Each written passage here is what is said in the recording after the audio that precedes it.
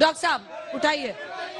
सवाल ये है कि आप लोगों को ज्यादा क्या सूट करता है? देखिए वो तो रायबरेली से लड़ रहे हैं, लेकिन सवाल ये पूछा जाएगा आने वाले वक्त में कि क्या अमेठी सीट जो गांधी परिवार का गढ़ थी वो गवा दी गई, वो क्या राहुल गांधी ने गवा दी?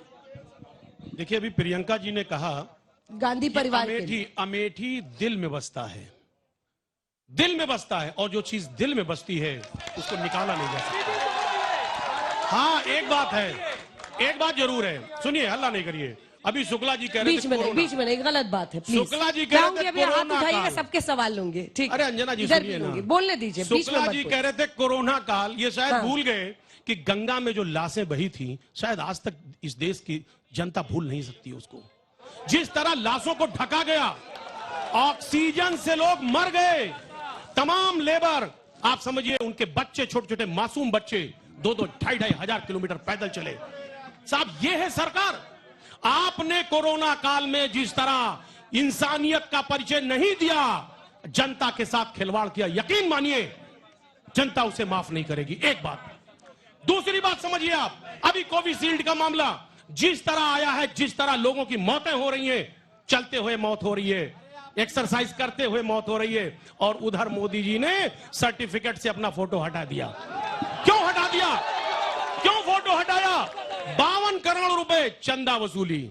साहब एक तरफ चंदे का धंधा हो रहा है और दूसरी जनता की जान जा रही है, जनता की जान जा रही है। एक बात समझिए कोरोना, एक बात समझ लीजिए अंजना जी कि बड़ा अहम बात है कि झूठ वो बोले तो सच्चाई नजर आती है।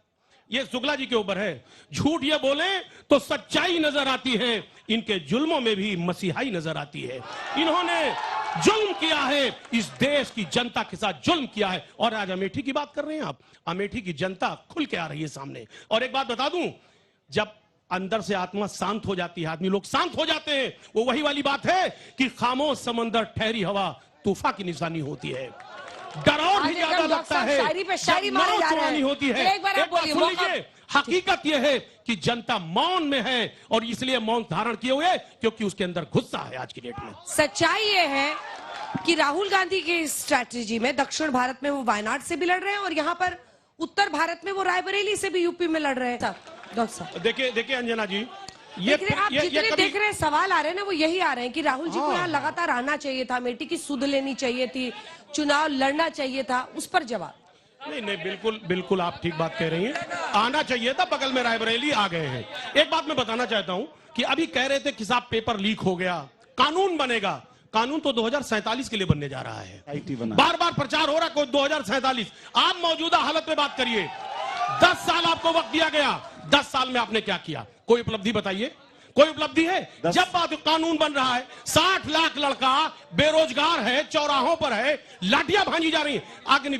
अग्निवीर है, 4 साल की आपने नौकरी कर दी। हमारे पुलिस भाई खड़े हैं, आज बीजेपी की नियत है कि इनकी भी नौकरी 4 साल करने की है, 4 साल करने की है। सच्चाई ये है कि ये बेचारे अगर ऐसी भर्तियां होंगी तो ये कहां जाएंगे, इनके बच्चे कहां जाएंगे? हकीकत ये है पुलिस नौकरी नहीं देना चाहती सरकार, सब देखने लगे नहीं चाहती है।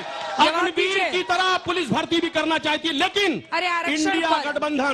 इंडिया गठबंधन ऐसा नहीं होने देगी। इनके जो मंसूबे पानी फेर। छोटा सा जवाब डॉक्टर साहब, कन्नौज सीट पर भी ऐसा हुआ। बताइए, तेज प्रताप जी बेचारे लड़ ही नहीं पाएंगे, कभी इसका नाम कभी उसका नाम, कम से कम 5-6 सीटें तो मुझे याद है जहां पे आपने ये किया है। देखिए अंजना जी, आप देश की बहुत बड़ी पत्रकार हैं, आपको सब जानकारी है, और ये लोकतंत्र है, ये लोकतंत्र है। कहां कब क्या हो जाए कुछ कहा नहीं जा सकता। लेकिन अनिल दुबे जी को मैं बताना चाहूंगा, ये किसानों के हितैषी बन रहे हैं। आप सवाल नहीं सुने? अरे नहीं, मैं आ गया, मैं पूरे उसी मुद्दे पे आऊंगा, थोड़ा सा इनकी बात कर लूं। आइए पहुंचिए। हाँ, मैं जल्दी से आ रहा हूं। ये कह रहे किसानों के हितैषी, लाठियां चलवा दी, 750 किसान शहीद हो गया, ये इनको याद नहीं आया?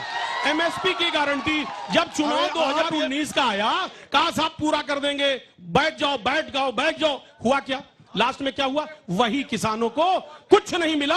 आज किसान अपने आप को असहाय महसूस कर रहा है। अभी थोड़े दिन पहले प्रदर्शन किया, क्या हुआ? कील कांटे लगवा दिए गए। हकीकत यह है कि ये किसानों से नफरत करते हैं, ये किसानों को नहीं देना चाहते, उनका हक नहीं देना चाहते, और किसान के मसीहा बन रहे, नेता बन रहे। दूसरी बात, हम किसानों के लिए लीगल गारंटी लाएंगे। ठीक है।